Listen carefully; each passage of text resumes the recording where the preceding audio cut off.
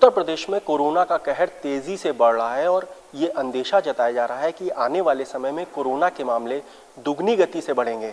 हमारे साथ केजीएमयू के वीसी प्रोफेसर एमएलबी भट्ट हैं और केजीएमयू कोरोना के मामले में कई शोध कर रहा है, खास तौर पर बीसीजी टीके पर रिसर्च भी कर रहा है। आखिर कोरोना के मामले क्यों बढ़ रहे हैं? कोरोना के पेशेंट्स ऐसे भी सामने आ रहे हैं जिनमें किसी भी प्रकार के लक्षण नहीं मिल रहे हैं। इन सारी बातों पर हम बात करेंगे केजीएमयू वीसी से। सर, सबसे पहले आपका न्यूज इंडिया पे स्वागत है। बहुत बहुत धन्यवाद। सर, कोरोना के जो मामले बढ़ रहे हैं, ये आपको क्या लगता है? क्योंकि अब जो एसिम्प्टोमेटिक पेशेंट सामने आ रहे हैं जिसमें किसी प्रकार के कोई भी लक्षण नहीं है, इसका क्या आपको लग रहा है, किस प्रकार से ये मामले क्यों बढ़ रहे हैं? वास्तव में जो संख्या मरीजों की बढ़ रही है हमारे देश में, उसका प्रमुख कारण ये है कि हम लोगों ने अपने यहाँ पर बहुत ही प्रभावी तरीके से लॉकडाउन प्रारंभ करके, जब 500 टोटल संख्या थी पूरे देश में, तभी लॉकडाउन लगा दिया गया और जिसकी वजह से बहुत तेज़ी से इसका संक्रमण नहीं फैल पाया, उसको प्रभावी तरीके से रोका गया। लेकिन इस समय जो प्रवासी मजदूरों की समस्या आई, उसके पहले जो तबलीगी जमात के लोगों की समस्या आई, उसकी वजह से संख्या बढ़ी है। और अब वर्तमान में जो हमारे गांव में प्रवासी मजदूरों के माध्यम से मरीज पहुंचे हैं, ये गांव में पहुंच जाने की वजह से सोशल डिस्टेंसिंग का परिपालन पूर्णतया नहीं हो पाएगा और ये सिम्टोमेटिक मरीज बीमारी को, संक्रमण को फैलाने में बहुत बड़ी भूमिका अदा कर रहे हैं और आगे करते रहेंगे, क्योंकि जब व्यक्ति को पता ही नहीं है कि वो संक्रमित है और वो समाज में बिना रोक टोक के घूमता रहेगा, तो उसके माध्यम से बीमारी फैलेगी और ये वास्तव में यही कारण है जिसकी वजह से संख्या बहुत ही तेजी से बढ़ रही है। लेकिन जो स्टीप राइज था हमारे कर्व का भारत में, वो रुक गया था। वास्तव में जनवरी के आखिरी हफ्ते में भारत में पहला मरीज आया और आज भी अगर हम 1,20,000 के आसपास रुके हुए हैं, जहां पे कई लाख डेथ हो गई है विश्व में, तो इसको लॉकडाउन को पूरा श्रेय जाता है, सरकारी व्यवस्था को पूरा श्रेय जाता है और समाज ने भी अपना योगदान और भूमिका अदा की है। इसलिए मैं समाज की बात कर रहा हूं कि केरला का जो मॉडल है, जहां पर शिक्षक का 100% लोग शिक्षित हैं, वहां पर लोग आयुर्वेदिक दवाओं का प्रयोग करते हैं, अपने स्वास्थ्य के प्रति चिंतित रहते हैं, तो बीमारी ज़्यादा नहीं फैल पाई है। और जहां पर इस तरह की डिस्टेंसिंग का अज्ञानवश या उन लोगों को ये ध्यान नहीं है कि कितना बड़ा नुकसान होने जा रहा है, उसका पालन नहीं कर रहे हैं, तो बीमारी तेजी से फैल रही है। और हमें उम्मीद है कि अभी आगे भी, ये जून के महीने में भी अभी आगे बीमारी की संख्या और बढ़ेगी। हालांकि इस मामले में एम्स के डायरेक्टर डॉक्टर गुलेरिया का भी बयान आया था कि जून जुलाई में मामले अपने पीक पर होंगे। तो क्या आपको लग रहा है आने वाले 2 महीने जो हैं वो कोरोना के मामले में बेहद क्रूशियल हैं? नहीं, निश्चित रूप से अगले 2 महीने क्रूशियल होंगे और वर्तमान में हर एक दिन क्रूशियल है। डॉक्टर गुलेरिया साहब से मेरी भी वार्ता हुई थी, जो इसमें उन्होंने जून जुलाई में पीक के लिए कहा था। वास्तव में एपिडेमियोलॉजिस्ट का जो एक थिंक टैंक है कंट्री में, उन लोगों का ये विचार है कि जून जुलाई में पीक हो करके और फिर संख्या घटनी शुरू होगी। अगर एपिडेमियोलॉजिकली बात की जाए तो वास्तव में जब हर्ड इम्यूनिटी हो जाएगी, एक 50 से 60%, 70% आबादी को संक्रमण किसी के तरीके से ये सिम्टोमेटिक या माइल्ड डिजीज हो करके और क्योर हो जाएगा, तभी हर्ड इम्यूनिटी डेवलप होगी, तब बीमारी पर तो पूर्णतया कंट्रोल हो जाएगा। लेकिन उसके पहले ही बीमारी जो लोगों को प्रभावित कर रही है, खास तौर से एल्डरली, कोमॉर्बिड कंडीशन के, डायबिटिक्स या अन्य बीमारियों से पीड़ित लोगों को, गर्भवती महिलाओं को, कैंसर के मरीजों को, तो वो एक चिंता का विषय बना हुआ है। और उसको रोकने के लिए जो संक्रमण की चेन रोकने की व्यवस्था है, फिजिकल डिस्टेंसिंग, हाथ धोना साबुन पानी से या सैनिटाइजर का प्रयोग करना और बाहर जाते समय मास्क का प्रयोग करना ही प्रमुख तरीका है। इस तरीके का अगर पूर्णतया पालन नहीं किया जाएगा तो एकाएक इतनी बड़ी संख्या में गंभीर रूप से मरीज भी आ जाएंगे, क्योंकि हमारे देश की आबादी 133 करोड़ है और उसमें 2% भी गंभीर मरीजों की संख्या एक बहुत बड़ी संख्या होगी, जिसको प्रभावी तरीके से कंट्रोल करने के लिए चिकित्सा पे बहुत ही ज़्यादा एक संकट खड़ा हो सकता है। ऐसे भी पेशेंट सामने आ रहे हैं जिनके अंदर किसी भी प्रकार के लक्षण नहीं है। तो ऐसे मरीजों के लिए क्या कहेंगे? और साथ ही एक मेरा प्रश्न ये भी है कि वुहान में एक रिसर्च हुई थी और उस रिसर्च में ये कहा गया था कि जो कोरोना वायरस का ट्रेंड है वो बहुत तेजी से बदल रहा है। नोएडा में भी कई ऐसे पेशेंट सामने आए जो पॉजिटिव से निगेटिव हुए, निगेटिव से फिर पॉजिटिव हुए। साउथ कोरिया में भी तकरीबन 100 से ज़्यादा ऐसे मरीज थे जो निगेटिव होने के बाद फिर पॉजिटिव हो गए। तो कहीं ना कहीं ये जो वायरस का ट्रेंड बदल रहा है, ऐसा क्यों है? और ये बतौर मेडिकल प्रोफेशनल आप क्या सोचते हैं? नहीं, वास्तव में ये कोरोना वायरस की प्रकृति होती है कि इसमें म्यूटेशन होते रहते हैं। कोरोना वायरस तो बहुत पुराना वायरस है, इससे तमाम श्वास की बीमारियां होती रही हैं, जानवरों में भी पाया जाता है। 1918 का स्पेनिश फ्लू भी कोरोना वायरस की वजह से, सार्स और मर्स की बीमारी जो हुई थी 2002-03 में और 2012-13 में, वो भी इसी कोरोना वायरस से थी। लेकिन इस बार का कोरोना वायरस विशिष्ट इस रूप में है कि इसमें एक विशेष रूप का म्यूटेशन हो गया है इसकी संक्रमण शक्ति बहुत ज़्यादा बढ़ गई है और इस वजह से संकट है इसके म्यूटेशन से और खराब स्थिति न हो। लेकिन सौभाग्य की बात है कि भारत में जो म्यूटेंट वैरायटी मिली है उसकी संक्रमण क्षमता पश्चिमी देशों में जैसे इटली, स्पेन या अमेरिका से उसकी कम देखी जा रही है।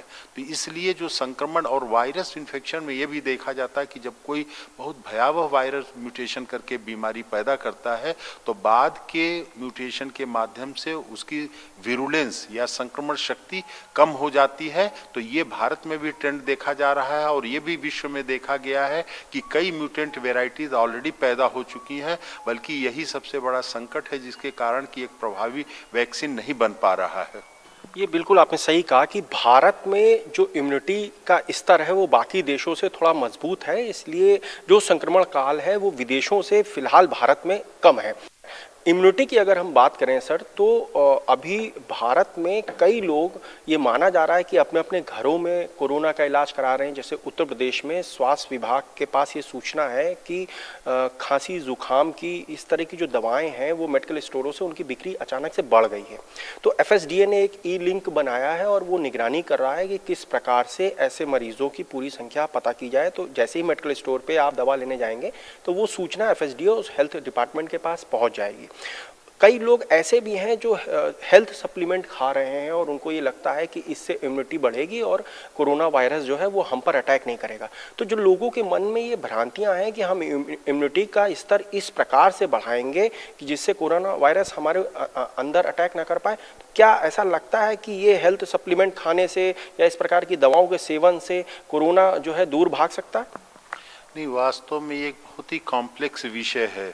पहला प्रश्न जो आपने पूछा कि हमारे देश में जो फ्लू लाइक सिम्टम्स में भी कोरोना की टेस्टिंग प्रारंभ कर दी गई है।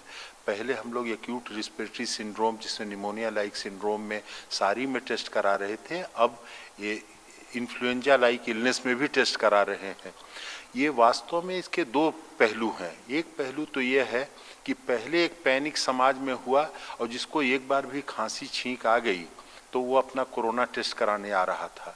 वर्तमान में जो देश में व्यवस्था है 14 दिन के लिए उसको आइसोलेशन वार्ड में पॉजिटिव मरीज को भर्ती कर दिया जा रहा है। तो कितने लोग संक्रमित हैं उनको ये पूरा क्लासिकल सिम्टम है कि खांसी, बुखार और श्वास फूलने की भी समस्या है, लेकिन मारे डर के 14 दिन के लिए हॉस्पिटल में भर्ती कर लिया जाएगा, आइसोलेशन में दुनिया से दूर कर दिया जाएगा, तो अपना टेस्ट करवाने नहीं आ रहे हैं। तो तमाम लोग सेल्फ मेडिकेशन कर रहे हैं। ये तो बीमारी का ये पहलू है जिसमें कि दोनों तरीके के व्यवहार लोगों में आ रहे हैं। कुछ पैनिक में अनावश्यक बिना लक्षणों की जांच कराना चाहते हैं और कुछ सम्यक लक्षण होने के बावजूद भी अपनी जांच कराने से भाग रहे हैं भय के कारण। दूसरा जो ये हेल्थ सप्लीमेंट की बात है, इसको तो वास्तव में आयुर्वेद जगत, आयुष मंत्रालय सब कह रहा है, भारत सरकार और माननीय प्रधानमंत्री जी कह रहे हैं कि जो हमारे आयुर्वेदिक काढ़े हैं, चाहे वो गिलोय है, नींबू का पानी है या अदरक और तुलसी और काली मिर्च का काढ़ा है या अन्य पदार्थ हैं, चाहे च्यवनप्राश है, चाहे त्रिफला है, चाहे लहसुन है, इसका प्रयोग की बातें की जा रही हैं। तो ये रोग प्रतिरोधक क्षमता बढ़ाने वाली ये सब जो औषधियां हैं, घरेलू उपचार हैं, इनका प्रयोग पूरा विश्व कर रहा है इस समय और भारत में तो आयुर्वेद की थाती थी तो उसको किया जा रहा है। इम्यूनिटी बढ़ाने से ये दो फायदे होने हैं इसमें। एक तो संक्रमण होने की संभावना कम होगी और वास्तव में संक्रमण जिसको हो जाएगा उसकी बीमारी गंभीर रूप नहीं लेगी। ये दोनों फायदे हैं। इसके बावजूद भी एक चीज जानकारी और हमारे दर्शकों को होनी चाहिए कि ये बीमारी कोरोना की जो कोविड-19 है, ये हमारे श्वसन तंत्र को प्राइमरीली इन्फेक्ट करती है और वहाँ पे ही संकट पैदा करती है, हमारे इम्यून सिस्टम को डैमेज नहीं करती है। तो अगर हमारा इम्यून सिस्टम इंटैक्ट है, स्वस्थ है, उच्च कोटि का है, तो हम कोरोना वायरस का सामना ज़्यादा बेहतर कर सकते हैं, क्योंकि कोरोना वायरस इम्यून सिस्टम को डैमेज नहीं करता है। तो इसलिए इम्यून सिस्टम को बढ़ाना चाहे नियमित व्यायाम के माध्यम से है, पर्याप्त नींद है, पर्याप्त पानी है, पौष्टिक भोजन, सुपाच्य भोजन है, या जो औषधियाँ हैं इम्यून सिस्टम को इन्हांस करने वाली, जिसमें विटामिन सी का नाम लिया जाता है, लेकिन नेचुरल सिट्रस फ्रूट्स हैं उनका प्रयोग करना, तो ये सब चीज़ें वास्तव में हितकर होंगी। केवल कोरोना बीमारी के लिए ही नहीं, किसी भी बीमारी के लिए होंगी। और ये विश्व विदित है कि वायरल इन्फेक्शन के लिए, खास तौर से इन्फ्लुएंजा और फ्लू के लिए विटामिन सी या इस तरह के हमारे काढ़े हेल्प करते हैं। तो उनका समुचित प्रयोग कोरोना में किया जा रहा है। ये सौभाग्य का विषय है, सुखद विषय है। इसके लिए मैं आश्वस्त हूँ कि इसके प्रयोग से लोगों को काफ़ी आसान्वित लाभ होगा। जैसे सर अभी प्लाज्मा पे आप लोग काम कर रहे थे, प्लाज्मा विधि बहुत अच्छी विधि है और इससे जो है जो कोरोना से स्वस्थ हो चुके मरीज थे उनका प्लाज्मा निकाल करके लगाया जा रहा था। हाल ही में एक डॉक्टर की, उरई के डॉक्टर की डेथ भी हो गई थी, डॉक्टर अग्रवाल की। तो क्या कोरोना के मामले में प्लाज्मा विधि बेअसर साबित हुई है या आने वाले समय में ये कारगर साबित होगी? नहीं, प्लाज्मा थेरेपी जो है ये भी एक पुरानी विधि है इलाज की इस तरह के वायरल इन्फेक्शंस में, एपिडेमिक्स में, क्योंकि जो स्वस्थ व्यक्ति बीमारी होने के बाद स्वास्थ्य लाभ कर रहा है उसके शरीर में एंटीबॉडीज बन जाती हैं, खास तौर से आईजीजी एंटीबॉडी जो लॉन्ग टर्म इम्यूनिटी देती है उस इन्फेक्शन के अगेंस्ट, जैसे कोविड-19 के अगेंस्ट। तो वो व्यक्ति अगर अपना प्लाज्मा डोनेट करता है और कोई ऐसा संक्रमित व्यक्ति जो गंभीर रूप से बीमार हो गया है, उसका इम्यून सिस्टम बीमारी का सामना, वायरस का सामना नहीं कर पा रहा है, तो उसमें ये दी गई एंटीबॉडीज प्लाज्मा के माध्यम से हेल्पफुल होंगी। ये ऐसा 100% इलाज नहीं है कि 100% गारंटेड इलाज है, क्योंकि वो रोग शक्ति को तो बढ़ाएगी एंटीबॉडी, लेकिन यदि व्यक्ति बहुत गंभीर रूप से, फेफड़े बहुत डैमेज हो गए हैं या उसकी डायबिटीज बहुत ज़्यादा खराब स्वरूप ले ली है, अनकंट्रोल्ड है, तो उस बीमारी में तो गंभीर परिणाम सामने आएंगे, लेकिन बीमारी लड़ने की उस व्यक्ति की शक्ति चाहे कितना भी गंभीर हो, इस प्लाज्मा थेरेपी के माध्यम से निश्चित रूप से उसको मदद मिलेगी। ये हम लोग आश्वस्त हैं इस बात पर, और इसी बात को ध्यान में रख करके Indian council of medical research एक शोध कार्य पूरे देश में करवा रहा है। किंग जॉर्ज चिकित्सा विश्वविद्यालय भी उस शोध में एक हिस्सा के रूप में, एक संस्थान के रूप में कार्य कर रहा है।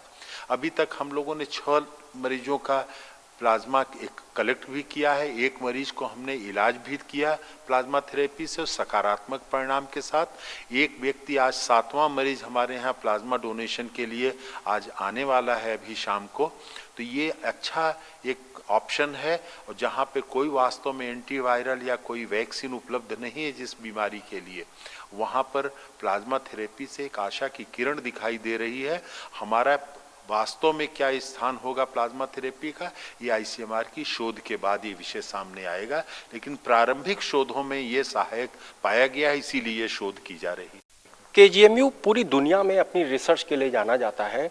फिलहाल आपने रिसर्च शुरू की है बीसीजी टीके पर। बीसीजी पर WHO भी क्लिनिकल ट्रायल कर रहा है, बाकी देश भी कर रहे हैं, ऑस्ट्रेलिया में भी शुरू हुआ है और अब केजीएमयू भी करने जा रहा है। तो क्या आपको लगता है कि जो बीसीजी का टीका है, जो 100 बरस पुराना टीका है, ये कोरोना की कार्ड बन सकता है?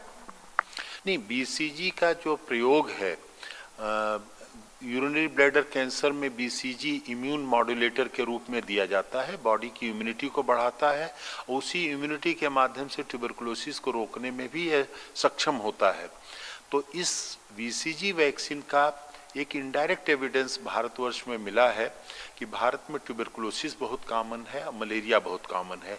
इसी वजह से माना जा रहा है कि भारत में मरीज कम हो रहे हैं और मरीज जो हो रहे हैं गंभीर रूप से बीमार नहीं हो रहे हैं। तो संभवतः दो हाइपोथेसिस दी गई, एक तो मलेरिया का कॉमन होना और दूसरा ट्यूबरकुलोसिस का कॉमन होना, या इनडायरेक्टली बीसीजी वैक्सीनेशन हमारी बहुत बड़ी पॉपुलेशन का यूनिवर्सल इम्यूनाइजेशन में होने की वजह से। तो इस बात को ध्यान में रखते हुए और बीसीजी की इम्यून मॉड्यूलेटर कैपेबिलिटी को जानते हुए भी हम लोग बीसीजी का प्रयोग इलाज में ब्लैडर कैंसर में करते हैं, वर्तमान में भी कर रहे हैं इस विश्वविद्यालय में। तो इस शोध को हमारे विश्वविद्यालय के मेडिसिन विभाग के द्वारा किया जा रहा है। यही नहीं, हाइड्रोक्सीक्लोरोक्विन जो मलेरिया में प्रयोग की जाती है उसका भी प्रयोग किया जा रहा है। कोई उसके प्रमाण बिल्कुल वास्तव में कंफर्म नहीं है विश्व के पास, लेकिन जब कोई स्पेसिफिक ट्रीटमेंट नहीं है तो इस तरह से कोई भी चीज जो इंपीरिकली फायदा करती दिखाई दे रही है, जिसकी जरा सा भी संभावना है, तो मरीजों की जान रक्षा के लिए उसका प्रयोग किया जा रहा है। और उसके भी परिणाम जब हमारे कुछ और मरीजों पर प्रयोग हो जाएंगे तो उस परिणाम के बारे में हम विश्व को बताने में सक्षम होंगे। शोध के विषय में आपने जो बात की, तो हम लोग शोध के स्तर पर बहुत कार्य कर रहे हैं।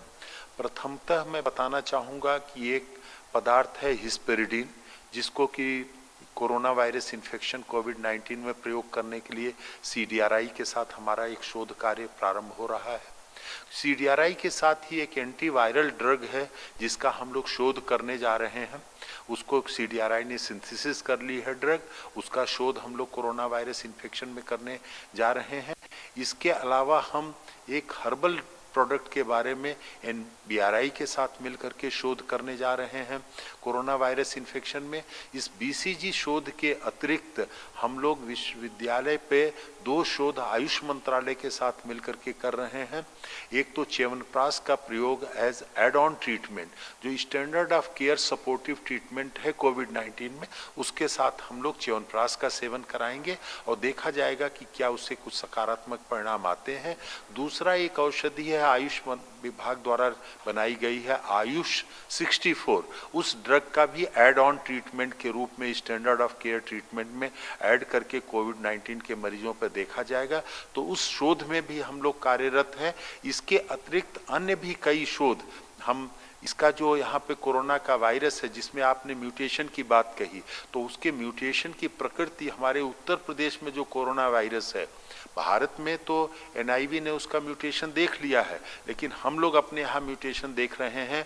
उसकी एक शोध की जा रही है कि क्या NIV पुणे में जो म्यूटेशन पाया गया वही म्यूटेशन हमारे हैं कि हमारे कुछ अन्य डिफरेंट हैं, विश्व के म्यूटेशन से कुछ डिफरेंट है।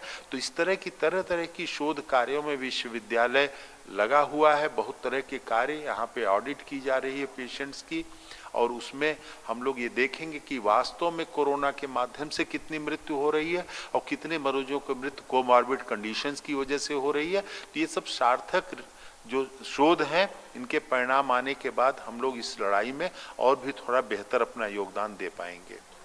सर, KGMU के माइक्रोबायोलॉजी डिपार्टमेंट में लगातार जांचें हो रही हैं। अब तक तकरीबन 39,000 जांचें हो चुकी हैं, 38,000 से ज़्यादा हैं। प्रदेश के तमाम अलग अलग जिलों से KGMU जांचें पहुंच रही हैं, सहारनपुर से, संभल से, आगरा से। जबकि आगरा से लखनऊ की जो 300 किलोमीटर की दूरी है, यहाँ सैफई रिम्स बीच में पड़ता है, मेरठ और नोएडा में भी जांच हो सकती है। तो क्या आपको नहीं लगता है कि KGMU में बर्डन लगातार बढ़ रहा है कोरोना टेस्टिंग को लेकर के, और सरकार को कुछ और सेंटर्स भी डेवलप करने चाहिए जहाँ पर कोरोना की टेस्टिंग नज़दीक के जिलों में कराई जा सके? कोरोना की टेस्टिंग के लिए वर्तमान में उत्तर प्रदेश में 27 लैब संचालित हैं। आरंभ में केवल KGMU की ही लैब पूरे उत्तर प्रदेश और उत्तराखंड के लिए ICMR द्वारा अप्रूव्ड थी।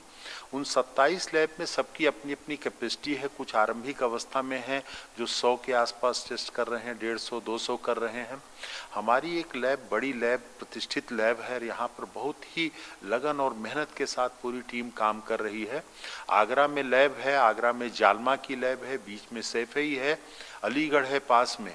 लेकिन हमारी जो लैब ऐसी है कि वहाँ पर जब ओवरफ्लो होता है सैंपल्स का और तत्काल आवश्यकता है कि उन सैंपल्स को ओवरनाइट टेस्ट कर करके दिया जाए रिजल्ट। तो हम लोग इस तरह का रेस्क्यू ऑपरेशन केवल पश्चिमी उत्तर प्रदेश के लिए नहीं, मेरठ के लिए ही नहीं, BHU के लिए और तमाम पूर्वी उत्तर प्रदेश की लैब्स के लिए भी हम लोग कर रहे हैं। और इस तरह से किसी दिन हमारी क्षमता भी 600-700-800 की है, लेकिन 1500-1500 तक टेस्ट कर रहे हैं वर्तमान में। जैसा कि आपने बताया 39,000 टेस्ट किए जा चुके हैं।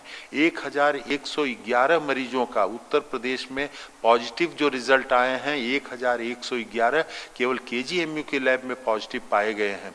तो हम लोग 1/4 से ज़्यादा उत्तर प्रदेश के सैंपल्स की टेस्टिंग कर लिए हैं और लगातार इस फ्रंट पर हम लोग कार्यरत हैं, जिसकी वजह से हमें सेंटर ऑफ एक्सीलेंस ICMR ने बनाया, हमें मेंटर इंस्टीट्यूट बना दिया गया है। प्रदेश के सभी संस्थाओं को जो टेस्टिंग कर रहे हैं उनकी मेंटरिंग करना है। पूरे प्रदेश की सभी लैब्स को रिएजेंट्स और किट्स देने के लिए हमारे डिपो बना दिया गया है।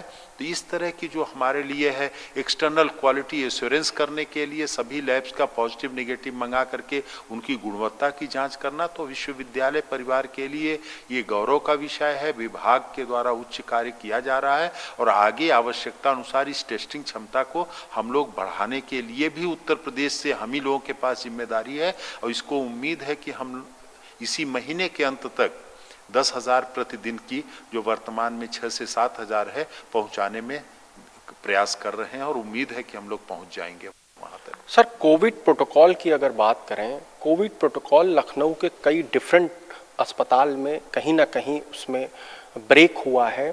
KGMU के ट्रामा में अभी मरीज पीछे के रास्ते से पहुंच गया था। राम सागर मिश्र हॉस्पिटल है BKT का, वहाँ पे डॉक्टर और नर्स पॉजिटिव हो गई थी। PGI में भी जो है पेसमेकर लगा दिया गया था। पहले कोरोना की टेस्टिंग महिला की होनी थी। तो ये जो प्रोटोकॉल है कि पहले टेस्टिंग होनी चाहिए और मरीज़ कैसे इधर से उधर जा रहा है, तो क्या आपको लगता है कि अभी भी कहीं ना कहीं कोविड प्रोटोकॉल को और सख्ती से लागू कराने की आवश्यकता है? नहीं, कोविड प्रोटोकॉल ज़्यादातर चिकित्सा संस्थान मजबूती से लागू कर रहे हैं और कोविड प्रोटोकॉल को लागू करने में जो कई बार संकट आ जाते हैं कि जब कोई गंभीर रूप से बीमार व्यक्ति है, घर वाले पैनिक कर रहे हैं, उसको चिकित्सकीय उपचार तुरंत उपलब्ध होना है और कोविड की जांच में RT-PCR में कम से कम 12 घंटे का समय लगता है। ऐसी स्थिति में कई बार प्रोटोकॉल का उल्लंघन होता है, होना अवश्यंभावी होता है और कई बार अगर सजग रहे मेडिकल टीम तो उससे बचा भी जा सकता है। इस बात को ध्यान में रखते हुए अभी ICMR ने फिर एक एडवाइजरी जारी की है कि जैसे गर्भवती महिला में इमरजेंसी डिलीवरी होनी है तो कोविड टेस्ट की रिपोर्ट के इंतज़ार में उसको इमरजेंसी सेवा में किसी तरीके का डिले नहीं होना चाहिए। वास्तव में कोविड टेस्ट न हो तब भी उसके कार्य को पूरा केयर के साथ किया जाए। तो इस तरह की तमाम एडवाइजरीज आ रही हैं क्योंकि मेडिकल चिकित्सा एक वैज्ञानिक विज्ञान की व्यवस्था, मैथमेटिकल व्यवस्था नहीं है।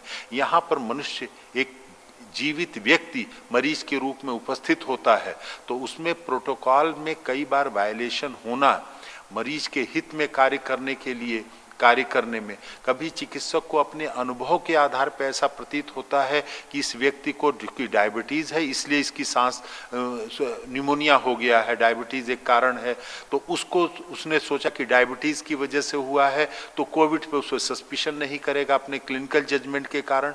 तो गुड फेथ में अगर ये वायलेशन भी होता है तो इसको नज़रअंदाज करना होगा क्योंकि चिकित्सकों को बहुत ही ज़्यादा अगर उन पे कड़ाई से सुनिश्चित करने के लिए डिसिप्लिनरी कार्रवाई की जाएगी तो उनका हतोत्साहित होंगे और फिर डिफेंसिव जब काम करने लगेंगे तो इसमें मरीज के जो आवश्यक उपचार हैं जो तुरंत मिलने चाहिए, जीवन रक्षक उपचार, उसमें डिले होगा और ये ज़्यादा दुर्भाग्यपूर्ण होगा। और किसी का अगर अनफॉर्चुनेट एक्सपोजर हो रहा है तो एक एक्सपोजर से जैसा कि मालूम होना चाहिए, पूरे दुनिया को मालूम है कि कोविड का भी कांटेक्ट पीरियड है आधे घंटे से 2 घंटे का। केवल एक क्षण किसी के संपर्क में आ जाने से कोविड नहीं हो जाता है, एक चीज।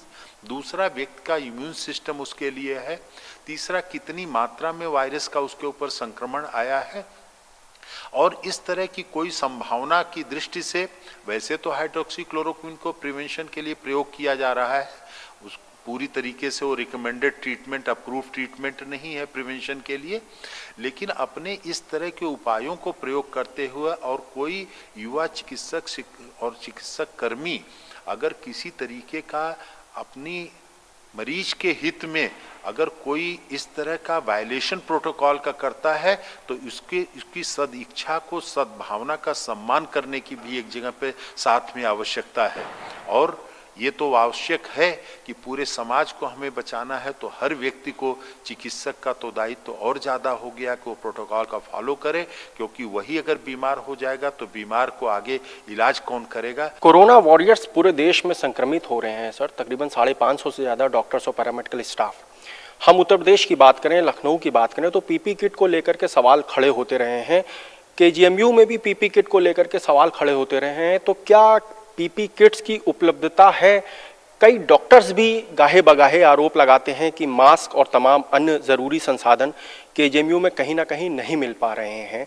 क्वीन मेरी में अभी ऑपरेशन कर दिया गया प्रसूता का बिना जांच कराए, और ये भी कहा जा रहा है कि जो ऑपरेशन जिस टीम ने किया था वो पीपी किट नहीं पहने हुई थी। तो इस पर आपका क्या कहना? नहीं, जो प्रसूता का विषय है उसको मैं भली भांति जानता हूँ। क्वीन मैरीज में जो हुआ था, कोविड की जांच कराई गई थी। पहली रिपोर्ट इनडिटर्मिनेट आई, वो फाइनली कंक्लूसिव नहीं थी, उसका रिपोर्ट रिपीट कराया गया। उसी दौरान गर्भ में बच्चे की हालत सीरियस होने लगी। माँ को एक कोलिस्टेसिस नाम की बीमारी के लक्षण आ गए, जांच में पाया गया।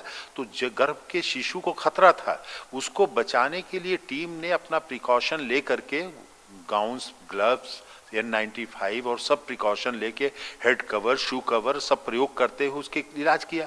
अब माँ बच्चे को दोनों को बचा लिया। और आज आप ये प्रश्न पूछ रहे हैं, मुझे खुशी हो रही है आपको बताते हुए और दर्शकों को बताते हुए कि वो प्रसूता जिसके विषय में आपने प्रश्न किया, आज स्वस्थ होकर के, कोरोना वायरस इन्फेक्शन से मुक्त होकर के, वायरल इन्फेक्शन होकर के माँ और साथ में बच्चा दोनों स्वस्थ हालत में आज यहाँ विश्वविद्यालय के अस्पताल से डिस्चार्ज किए जा रहे हैं। तो अल्टीमेटली मेडिकल साइंस में हम लोग जो भी प्रयास कर रहे हैं, वहाँ पे वरिष्ठ चिकित्सक भी थे। अगर उन्होंने वायलेशन किया तो उनको वहाँ पे जांच करा के उनको उसके बारे में उनको चेतावनी दी जा रही है, लेकिन साथ में किसी की जान को बचाया। दूसरी संभावना अगर दूसरी तरफ देखिए, मानवीय चेहरा इस पूरी चिकित्सकीय दल का, कि अगर थोड़ा सा डिले करते कि अभी 2 घंटे 4 घंटे जांच का और रिपोर्ट का इंतजार कर ले और गर्भ में बच्चे की मृत्यु हो जाती, तो मृत्यु का दोष किस पे जाता है? कोविड पे चला जाता कि कोविड हो गया था, बच्चे की मृत्यु हो गई। तो ये दोनों चीजें बड़ी ही ये कॉम्प्लेक्स पहलू हैं। तो इसको बहुत ही संजीदगी से, बहुत ही संवेदना के साथ इस विषय को देखने की आवश्यकता है। और लगातार लोग देख रहे हैं। अब जैसे वो प्रसूता में पॉजिटिव इन्फेक्शन पाया गया, तो ये इस तरह का कोई, हमारे यहाँ तो रोज 25 से 30 40 तक डिलीवरी हो रही हैं, 10 15 20 ऑपरेशन भी हो रहे हैं। तो लगातार प्रिकॉशन लेकर के लोग कर रहे हैं।